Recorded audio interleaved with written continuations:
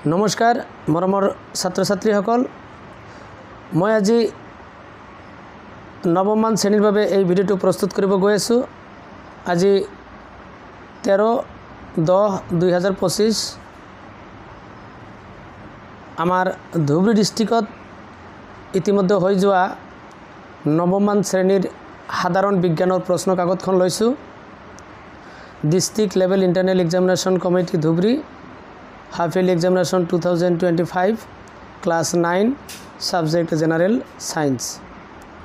আহকচোন মৰমৰ ছাত্ৰ ছাত্ৰীসকল, আমি প্ৰথমতে চাই লওঁ 1 মাৰ্কৰ প্ৰশ্নসমূহ কেনেকুৱা ধৰণৰ আছিলে।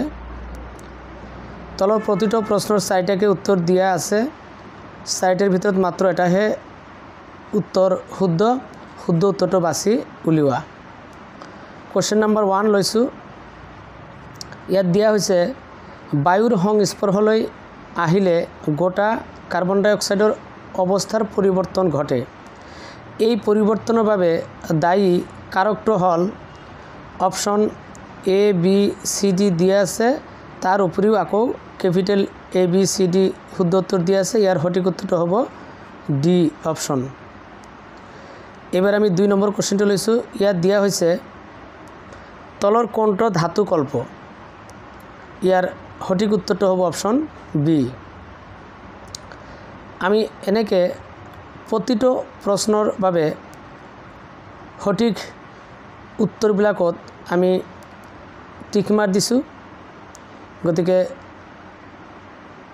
টিকমাৰ্কবিলাক চাই যাব পাৰে।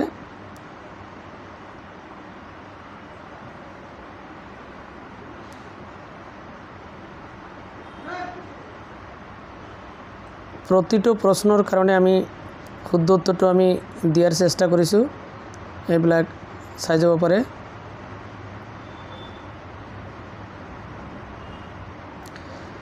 ইয়াত আমি 19 নম্বৰ কুৱেশ্যনটো লৈছোঁ। ইয়াত এটা মিষ্টেক দেখা গৈ আছে। ইয়াত ইংৰাজীত কুৱেশ্যনটো লিখা হৈছে what is the unit of gravitational force. অৰ্থাৎ এই হিচাপত ইয়াৰ উত্তৰটো আমি ইয়াত নিউটন দিব পাৰি। আকৌ অসমীয়াত লিখি দিছে মাধ্যাকৰ্ষণিক ত্বৰণৰ একক কি। সেই হিচাপত ইয়াৰ উত্তৰ C metres per second square আমি দিব পাৰি। তো যি কি নহওক, আমি নেক্সট কুৱেশ্যনবিলাক আমি দেখাই গৈ আছোঁ। এইবিলাক চাই ল'ব পাৰে।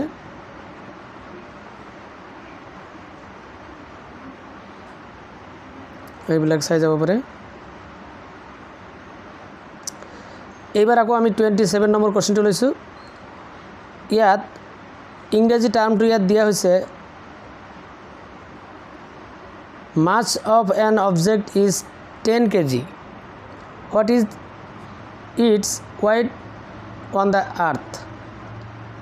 আৰু ইয়াত অসমীয়া এটা টাৰ্ম মিষ্টেক হৈছে। ইয়াত লিখা হৈছে কয়লা আৰু পেট্ৰলিয়ামৰ অসম্পূৰ্ণ দহনৰ ফলত, অৰ্থাৎ এইটো নহ'ব। তো যি কি নহওক, ইয়াৰ সঠিক উত্তৰটো হ'ব অপশ্যন এ। এবাৰ আমি পৰৱৰ্তী প্ৰশ্নবিলাক দেখুৱাই গৈ আছোঁ।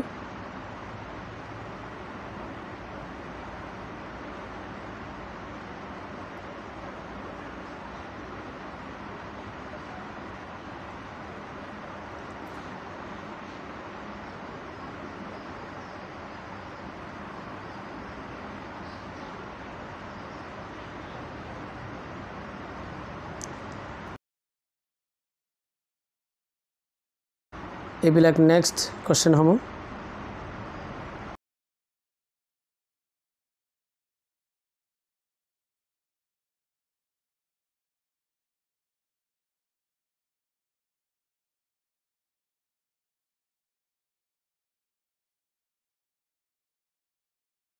এইফালে 63লৈকে আছিলে আমাৰ সাধাৰণ গণিতৰ প্ৰশ্ন।